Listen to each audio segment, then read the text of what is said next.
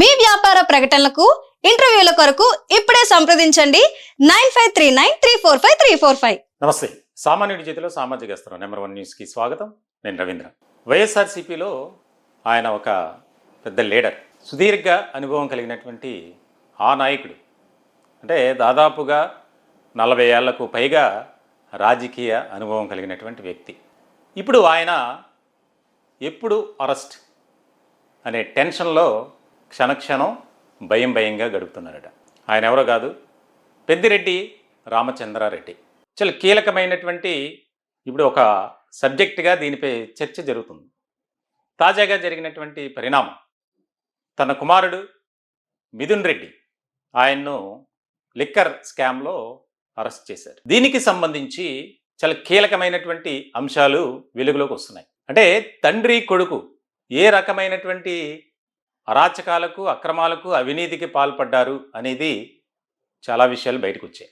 గతంలోనే పెద్దిరెడ్డి రామచంద్రారెడ్డి అధికారాన్ని అడ్డుపెట్టుకుని అటవీ భూములు, అలాగే దేవాదాయ శాఖకు చెందినటువంటి భూములను కోట్లాది రూపాయలు విలువైనవి వాటిని ఆక్రమించుకున్నారు. ఆక్రమించుకోవడమే కాదు, కొంత భూమిని అమ్మేశారు కూడా. మరికొంత భూమిలో వారు విల్లాలు, ఒక రకమైనటువంటి గెస్ట్ హౌస్లు నిర్మించుకున్నారు. 2019 నుంచి 2024 వరకు వైఎస్ఆర్సీపీ అధికారంలో ఉంది. అధికారాన్ని అడ్డుపెట్టుకొని ఆ పార్టీలో సీనియర్ ఎవరైనా ఉన్నారు అంటే పెద్దిరెడ్డి రామచంద్రారెడ్డి. ఇలాంటి సందర్భంలో తన కొడుకు చేసినటువంటి అరాచకాలు, అంటే లిక్కర్ స్కామ్లో ఈ కేసులో A4గా మిథున్ రెడ్డి ఉన్నప్పటికీ మొత్తం కర్త కర్మ క్రియ అంతా ఈయనే. అంటే ఎక్కడి నుంచి ఎక్కడికి రవాణా చేయాలి, ఎవరికి ఎంత ఇవ్వాలి, ఏంటి అనే దాని మీద మొత్తం సూత్రధారి, ఒక రకంగా చెప్పాలంటే. ఇలాంటి సందర్భంలో చాలా స్కెచ్ చేశారు అరెస్ట్ నుంచి తప్పించుకోవడానికి. హైకోర్టుకు వెళ్ళారు, సుప్రీంకోర్టుకు వెళ్ళారు, అయినప్పటికీ ఫలితం దక్కల. ఇలాంటి సందర్భంలో అరెస్ట్ జరిగింది. అరెస్టు తర్వాత పోలీసుల విచారణలో అనేక ఆశ్చర్యకరమైనటువంటి విషయాలు ఒక్కొక్కటిగా బయటకు వస్తున్నాయి. అంటే ఇద్దరే తండ్రి ఆ రకమైనటువంటి అక్రమాలకు పాల్పడితే అంతకు మించి అన్నట్లుగా కొడుకు. ఈ ఇద్దరు కూడా ఇప్పుడు చరిత్రలో నిలిచిపోతారనే చెప్పాలి. ఎందుకనంటే ఒక రాజకీయ నాయకుడు ఏ రకమైనటువంటి ఆలోచన విధానంతో ముందుకు వెళ్ళాలి అనేది పక్కన పెట్టి కనిపించిన భూమిని ఆక్రమించుకోవాలి, అలాగే ఎవరైనా ప్రశ్నిస్తే వారిపై ఈ యొక్క గ్రూపులు దాడి, ఎక్కడికక్కడే కోటరీ గ్రూపులు, రౌడీ మోక, రాయలసీమలో పెద్దిరెడ్డి కుటుంబం చేసినటువంటి అరాచకాలు ఇప్పుడు ఒక్కొక్కటిగా బయటకు వస్తున్నాయి. ఎక్కడ ప్రభుత్వ భూమి ఖాళీగా కనిపిస్తే అక్కడ జెండా పాతేయడం, ఇటువంటివి కూడా చాలా ఎక్కువగా బయటకు వచ్చాయి. ఇటువంటి సందర్భంలో ఇప్పుడు చాలా టెన్షన్లో ఉన్నారట పెద్దిరెడ్డి రామచంద్రారెడ్డి. ఎందుకనంటే ఇప్పటికే ఆయనపై కేసు నమోదైంది. ఏదైతే పెద్దిరెడ్డి ఆక్రమించుకున్నటువంటి భూముల తాలూకు ప్రభుత్వం రీసర్వే కూడా చేయించింది. ఇలాంటి సందర్భంలో అది ప్రభుత్వ భూమే అని తేల్చారు సర్వే చేసినటువంటి అధికారులు, రెవెన్యూ అధికారులు. ఈయన నేను కష్టపడి కష్టార్జితంతో కొనుక్కున్నాను అంటాడు, కానీ తీరా చూస్తే అవి ప్రభుత్వానికి చెందినటువంటి భూములు. అంటే ఒక మంత్రిగా ఉన్నటువంటి సందర్భంలో ఆయనకు మైండ్కి ఏది తోచితే అది చేయటం, అడ్డగోలుగా అధికారాన్ని అడ్డుపెట్టుకొని. ఇలాంటి సందర్భంలో త్వరలోనే పెద్ద ఆయన పెద్దిరెడ్డి రామచంద్రారెడ్డి అరెస్ట్ కాబోతున్నారు అనేది రాయలసీమలోనే కాదు రాష్ట్ర వ్యాప్తంగా ఒక చర్చ జరుగుతుంది. ఎందుకనంటే కుమారుడిని ఖచ్చితంగా అరెస్ట్ చేశారు కాబట్టి ఆ కేసులో, అంటే లిక్కర్ కేసులో పెద్దిరెడ్డి రామచంద్రారెడ్డికి ఎలాంటి ప్రమేయం లేదు. కానీ ఆయనపై ఉన్నటువంటి అభియోగాలు కానీ, కేసులు కానీ, ల్యాండ్స్ ఆక్రమించుకోవడం, ఎన్క్రోచ్మెంట్స్, దాని తాలూకు చాలా క్లియర్ కట్గా ఆధారాలు ఉన్నాయి, సాక్ష్యాలు ఉన్నాయి అధికారుల దగ్గర. దీనికి సంబంధించి ఒక ముఖ్యమైనటువంటి అంశంగా చర్చ జరుగుతుంది. పార్టీలో కూడా, సొంత పార్టీ వైఎస్ఆర్సీపీలో కూడా ఒక భిన్నమైనటువంటి చర్చ. రాజకీయ వర్గాల్లో అయితే అంటే అధికారంలో ఉన్నప్పుడు ఈ రకమైనటువంటి అక్రమాలకు పాల్పడ్డారు, మనల్ని ఎవరు ఏం చేయలేరులే అన్న ఒక ధోరణి విధానంతో వారు ముందుకు అడుగులు వేశారు.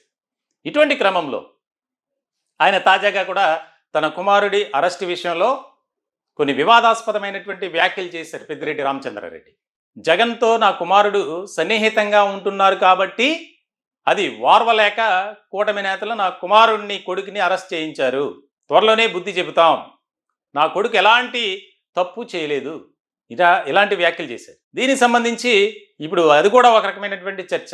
A4గా లిక్కర్ కేసులో నిందితుడిగా ఉన్నాడు. దానికి సంబంధించి A1గా ఉన్నటువంటి ఈ కేసులో ప్రధానమైనటువంటి నిందితుడు రాజ్ కసిరెడ్డి. ఆయన ఇచ్చినటువంటి స్టేట్మెంట్ కానీ తర్వాత అరెస్ట్ అయినటువంటి మొత్తం ఈ కేసులో పెద్దిరెడ్డి మిథున్ రెడ్డితో పాటు మొత్తం 12 మంది అరెస్ట్ అయ్యారు. అందులో చాలా హేమాహేమీలు ఉన్నారు. జగన్కి సంబంధించినటువంటి సొంత మనుషులు OSD ఉన్నారు, ఆయన వ్యవహారాలు చూసుకునే ఇంకొక అధికారి ఉన్నారు. ఇలా చాలామంది దీంట్లో ఇన్వాల్వ్ అయినటువంటి సందర్భంలో నా కొడుకుకి ఎలాంటి సంబంధం లేదు, కూటమి ప్రభుత్వం కావాలని ఉద్దేశపూర్వకంగా కక్ష సాధింపు చర్యలకు పాల్పడుతుంది అని చెప్పి దాని మీద కూటమి నేతలు సీరియస్గా తీసుకున్నారట. మేము చట్ట ప్రకారం మేము వెళ్తున్నాం.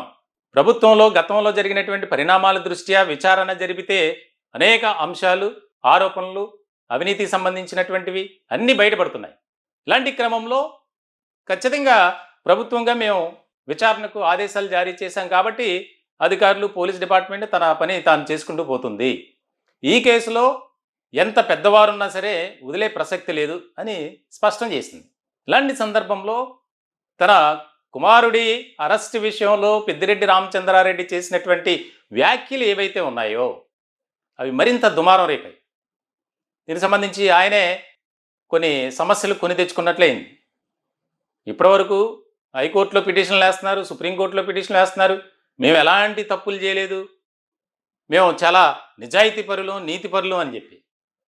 కానీ ఇక్కడ విచారణలో అనేక విషయాలు, ఎందుకంటే అరెస్ట్ అయినటువంటి వారు ఇచ్చినటువంటి స్టేట్మెంట్ ప్రకారమే మిథున్ రెడ్డి అరెస్ట్ అయ్యారు.